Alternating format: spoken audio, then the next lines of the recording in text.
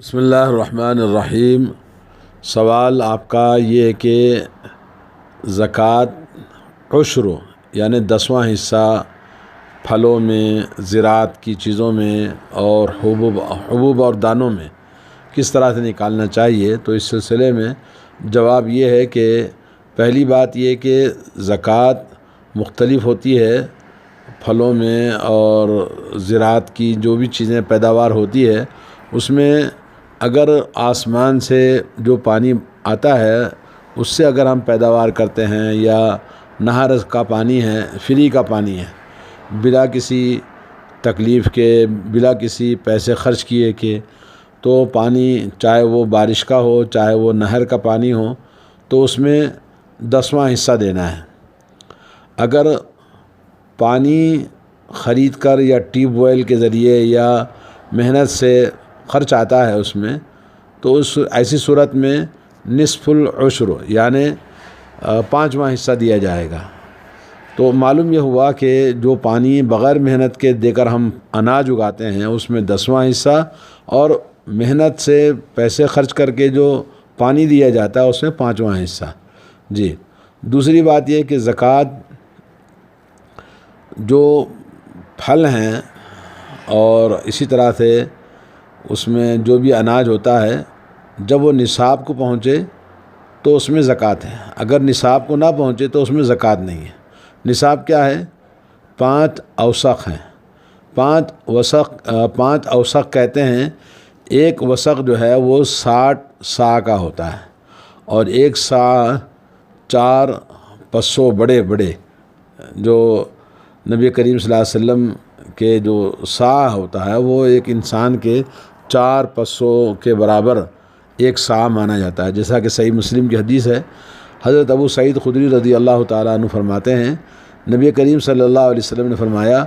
لیس فی حب ولا تمر صدقۃ حتی یبلغ 5 اوسق، یعنی نبی علیہ السلام نے کیا فرمایا؟ کسی بھی دانے میں، کسی بھی کھجور میں زکوٰۃ نہیں ہے جب تک کہ وہ 5 اوسق کو نہ پہنچ جائے،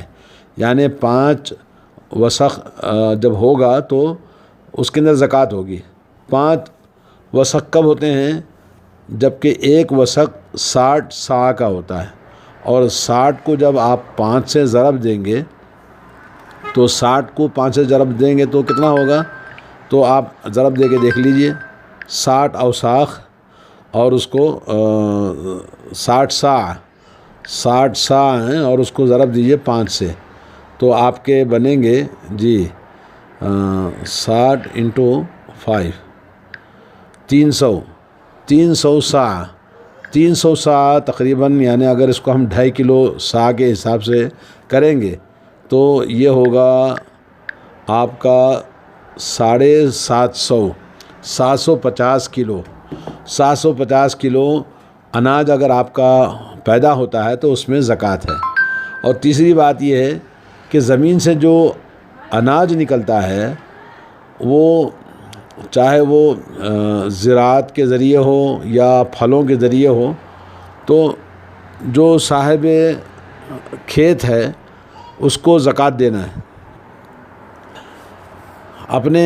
اناج اگانے کے بعد میں جب وہ نصاب کو پہنچے تو اس میں سے آپ کو زکوٰۃ دینا واجب ہے، اور اگر وہ نصاب کو نہ پہنچے تو پھر اس میں علماء کا اختلاف ہے کہ اس میں زکوٰۃ ہے یا نہیں ہے، تو اس میں زکوٰۃ نہیں ہے۔ جی، اور راجح یہی ہے کہ اگر 750 کلو اناج اگر ہوتا ہے تو اس میں زکوٰۃ ہے۔ تو اس میں یہ بات قابل لحاظ ہے کہ پانی بغیر محنت کے اگر دیا گیا ہے تو اس میں عشر ہے، اور محنت اور پیسے خرچ کر کے پانی دیا گیا ہے جیسے ٹیوب ویل ہے یا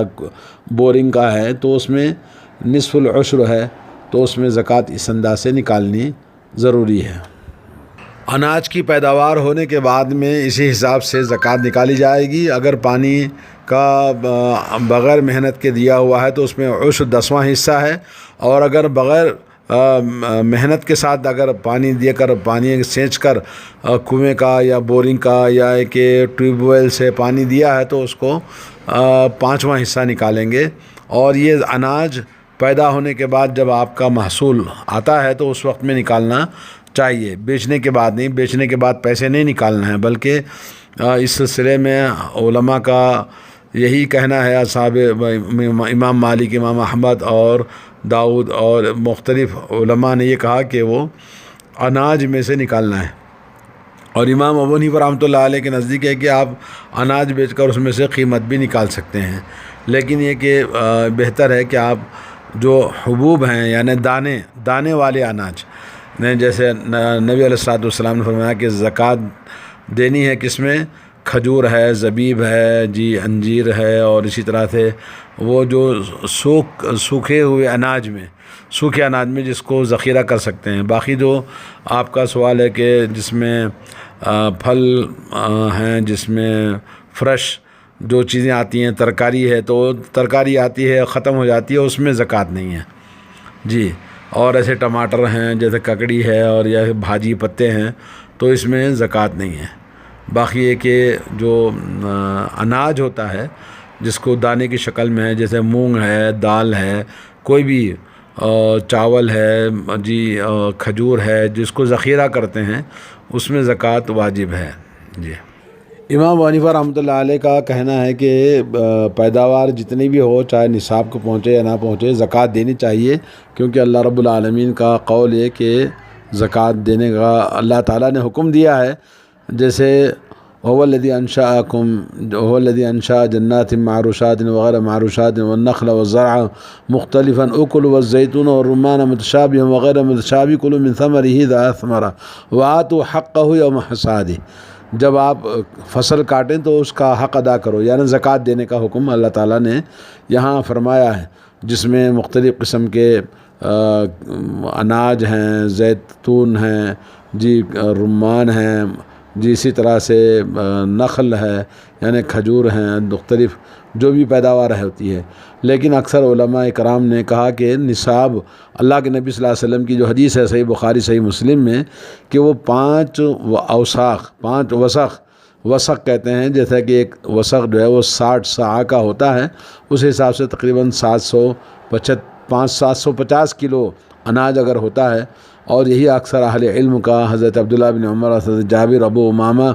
بن سہل و عمر بن عبدالعزیز و جابر بن زید، حسن و عطاء و مکحول و حکم و نقعی و مالک و اہل المدینہ، امام ثوری، امام اوزاعی اور ابن ابی لیلہ و شافعی، ابو یوسف محمد، اور تمام اہل علم کا یہی ہے کہ جس میں نصاب کو پہنچے تو اس میں زکوٰۃ دینی چاہیے، باقی جو نصاب کو نہ پہنچے تو زکوٰۃ واجب نہیں ہے جی۔ تو اس طرح سے آپ کا جو سوال تھا انشاءاللہ آپ کی سمجھ میں آ گیا ہوگا۔ اللہ تعالی ہم سب کو توفیق عطا فرمائے۔ اناج کے سلسلے میں اناج کا یہ مسئلہ شرعی مسئلہ ہے جی۔